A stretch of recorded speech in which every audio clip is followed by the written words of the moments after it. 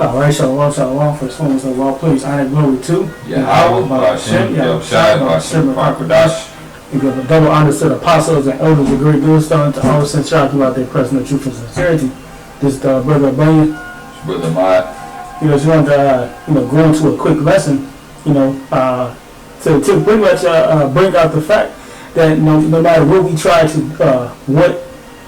you Jakes, you Israelites, try to do, hey, there's no establishing anything in this place, without Esau having his hand in it. When you talk about anything as far as the Black Lives Matter, well, we don't really care about the LGBT community, but anything that established, it has to go through Esau Edom. He has to be at the forefront. Meaning he gives regulations, as far as what you can and what you can't do. So without further ado, we're gonna dive into these scriptures, and God willing to be edified. You got something right off? Just to land back off the point. Okay, the scriptures say that we should go to him for the one of all things. 1 second. This is Deuteronomy chapter 28 and 48. He says, "Therefore thou shalt serve thine enemies which the Lord Yahweh shall send against thee." Okay, and we all know that the top enemy of the nation of Israel is the so-called white man, Esau Edom. Along with the other nations. And it says, in hunger, okay, so we got to go to them for food, It says in thirst, go to whatever we're going to get to drink or whatever, from these different stores. Because they own all the stores and businesses when you go to, in the working of it all, And even if Jake do own a store or gas station or whatever the case is, hey, you got to pay so many taxes. They come over, they come over here with their people. They only, they exempt from paying tax for 4 or 5 years, some 7. Mm-hmm. And so you still subject to Esau. You still subject to his laws, his policies. Right. And these different heathens that we go to in neighborhoods, they subject to Esau as well. Okay. It says in nakedness, so for clothes, it says and in the want of all things. So even when Jake want to establish some sort of group in America like the LGBTQ or Black Lives Matter or anything like that, when you go into the inner workings and the foundation of it all, you got an Edomite that's behind it, man. Some Jewish person. Okay. So there was what it says, and also the rest of it says, and he shall put his yoke of iron upon thy neck until he hath destroyed thee. And also that's with Esau Edom. That's his ultimate goal. Because he want to destroy you, Jakes. Mm-hmm. He like I said, he infiltrates. Let me grab his scripture. And then I'm gonna pull up the article of one of the founders of the NAACP, which is a perfect example of Esau, having to have his hand a part, in it. Mm-hmm. This is Proverbs 22 and 5. It says, "And thorns and snares are in the way of the forward." And that word "forward" is crooked for perverse. And he doesn't keep at home. Slaughter. Alright, let me read it over. It says, "Thorns and snares are in the way of the forward, and he does keep his soul far from them." Nope, that ain't what I want. Verse 7. There we go. This is Proverbs 22 and 7. It says, "The rich ruleth over the poor, and the borrower is servant to the lender." And Esau, what he does, is he allow you to establish these movements, or he, get you to let him in, and what you become. He'll give you financial assistance, whatever you need, and you become a lender. You become a lender, or he becomes a lender, and he starts to borrow you stuff. And also, you got to pay that back at a higher cost. Which further proves that he's the ultimate devil. He's always got a trick up his sleeve. from Malachi 2:1. Okay. But this is one of the founders, of the so-called NAACP. Joe Spingarn. Said Joe Ellis Spingarn, 1875 to 1839. Spingarn was born in New York to an upper middle class Jewish family. His younger brother was Arthur B. Seagram, which Arthur B. Seagram actually served right after he did, I believe, from 1940 to 1966. This is he graduated Columbia College. Let me see. But the point, this guy right here, what does the NAACP stand for? The National Association for Colored People, for the Advancement of Colored People. So why do you need a so-called Jew, to run the background? And as you can see, right there, NAACP. Read this article. It says he also took up another cause in his life, racial justice, and the influential liberal Republican, and he realized that the concept of the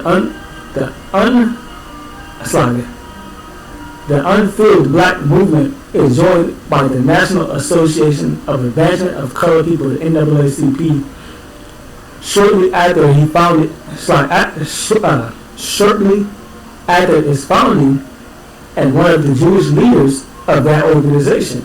So it was him on top of, a couple of other Jews that actually founded it. So it was not founded by a so-called Jew, Right. They'll put a black face, in front of the movement, to spark some emotion behind, project the, go along with it, but ultimately it's the Edomite behind the whole thing. Yeah, ultimately it's to bring in their plan, their agenda. It says, and serving as the chairman of the board from 1913 to 1919. As you mentioned, its treasurer from 1919 to 1930, and its second president from 1930 to until his death in 1939. In 1914, he established the Seagram's Medal awarded annually by the NAACP for outstanding achievement by the African American during World War I. According to the NAACP publication, he was the instrument to see that a training camp of the Negro officers, Des Moines, was established and around 1,000 Negro officers commissioned. W.E. Du Bois dedicated his 1940 autobiography, Dusk of the Dawn, from Seagram's memory, calling him a scholar of the night. So he's given, W.E. Du Bois gave, praise to this so-called Jew. But you got that. About Malachi 2:1. It says, and now, O ye priests. Micah 4. 2:1, slightly. Or until the devise iniquity. Okay. This is Micah chapter 2:1. It says, woe unto them that devise iniquity. Right. And that's what Edom does. That's what the so-called white man does. He devises iniquity, constantly. He's always got he helped you out. He's always got a trick up his sleeve. Okay. It says, and work evil upon their beds. Mm-hmm. when the morning is light, they practice it because it is in the power of their hand. Right. And they work evil upon their bed, you know. Most of the time when you're in the bed sleeping, they're making up plots, policies, you know, having secret council meetings, you know. And when the morning is light, when the opportunity presents itself, they practice it. They put it into light, you know. And that's how a lot of the bills, you know, get passed. As you know, the secret council meetings, and you wake up one morning, more specifically, here in Wisconsin, or here in Milwaukee, Wisconsin, you know, one of the neighboring towns, Sherwood, they mandated everybody to wear a mask. You know, everybody wear. You heard about that? Sherwood. I wouldn't know. I hadn't heard. Yeah, they said that they mandated that everybody is to wear a mask that's walking around outside in public. And a lot of the neighbors, you know, pretty much saying like, "Hey, we didn't know." Like they literally just told them yesterday. Right. You know, so they pushed their agenda real quick. Right. You know, before when one is like, they practice it. Yeah, because they got the power to just make sudden moves like that. God. You know, and to land back over that scripture, you know, because it said they were evil upon their beds. This is Proverbs 4:16. It says, "For they sleep not, except they have done mischief." Right. They always seeking to do mischief. You know, and you know, a lot of people might say, you know, that's a good thing. You know, coronavirus going around and mischief. Hey, but you think about it. Hey, all the research that came out behind those masks, those masks are not clinically safe. You know, you have it on for an extended period of time. Hey, you can't breathe. You know. Right, because your body inhales oxygen and, you know, exhales carbon. You know, so can't breathe that back in. And it says, "For they sleep not, except they have done mischief, and their sleep is taken away unless they have caused some to fall." You know, and mainly that's talking about the nation of Israel. You know, they seek our demise. You know, every chance they get. You know, even when they on their bed. You know, sleeping. They get sleep deprivation. You know, when they can't fulfill, you know, or get Jake to go off. Yeah, because they know as long as they keep us down and keep us going off, that the Lord, you know, that much longer they can prolong their kingdom. You know, but you got the elect that ain't going, you know, it's returning back to righteousness, and that's all the Lord requiring in this time anyway. God, you guys know this? Mm-hmm. This is Ecclesiasticus, or Sirach, chapter 12, verse 10. It says, "Never trust thine enemy, like his iron rusted, so is his wickedness. Mm-hmm. Though he humble himself and go a crouching, yet take good heed and beware of him. For thou shalt be unto him as though thou had wiped a looking glass, and shall know that his rust had not altogether been wiped away. Sit not by him, lest he have overthrown thee." You know, and a lot of jakes, you know, seek to sit next to him. You know, to have him a part of your organization. You know, all lives matter. Which, only Israel lives matter. You know, it says, "Sit not by him, or not by thee, lest he had overthrown thee. He stand up in thy place, neither let him sit at thy right hand, lest he seek to take thy seat." You know, and then it goes back to you know, the scripture that Brother just brought out. You know, Esau is looking and waiting for the opportunity to take hold of these so-called jakes. And that's the nature of the Edomite, man. That Esau, you know, all backstabbing. It said, neither let him sit at thy right hand, lest he seek to take thy seat. And at thou last remember my words, and be not pricked therewith. We can skip down. So verse, Sirach chapter 12, verse 16.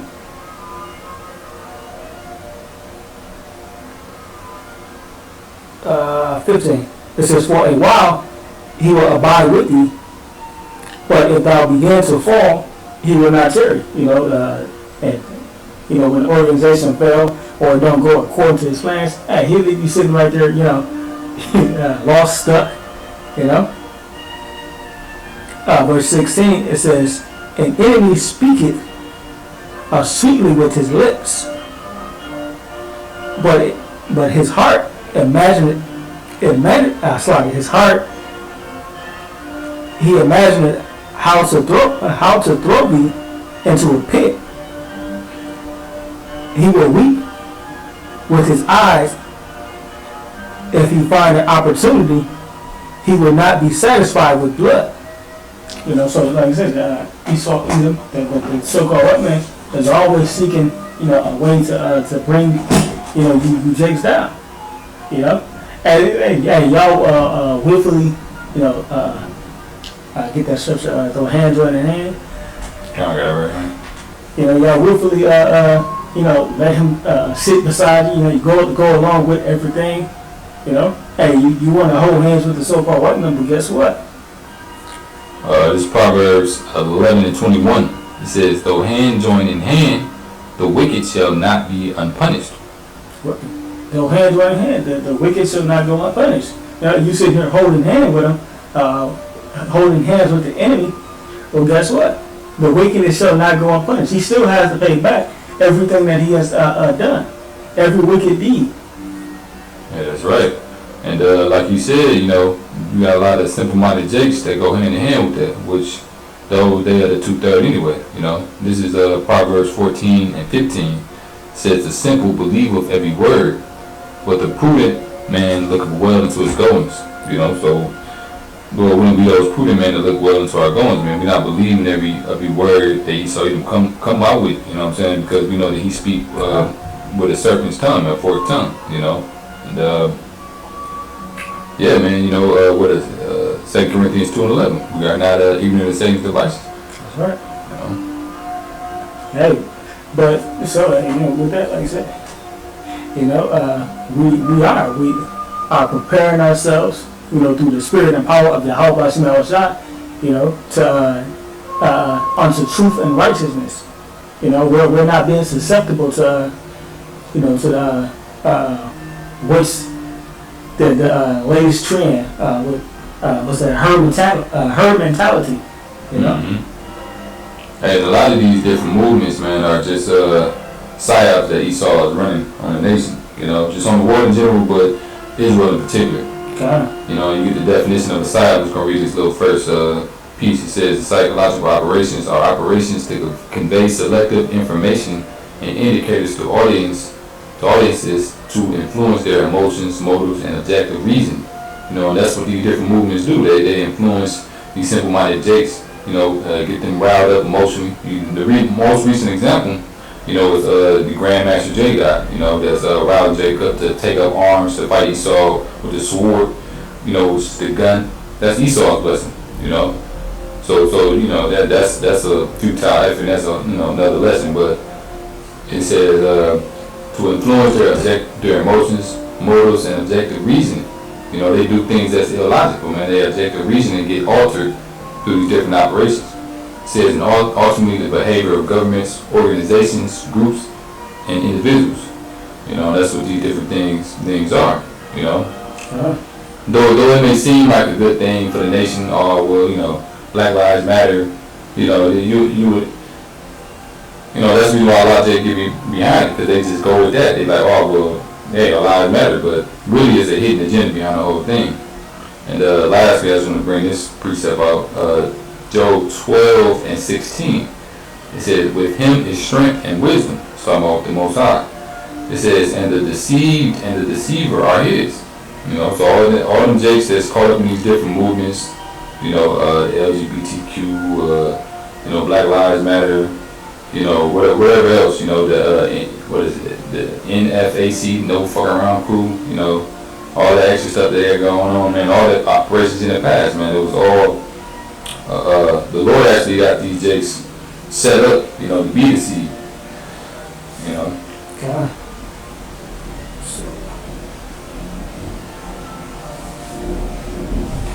Yeah, so let's No, that was try to find this one scripture. Here we go. This is Galatians chapter 6, verse 7. It says, "Be not deceived, the Most High is not mocked. Whatsoever a man soweth, that shall he also reap." You know, so everything that you know, Esau, Edom, along with the other nations have sown, you know, unto Israel, hey, that they're gonna have to pay it back. You know. that's right. So, hey, you guys got a lot to pay back for. You know. Hey, so with that, you know, and hopefully this video was you know, edifying to you brothers. You know, hey, keep pushing, keep fighting.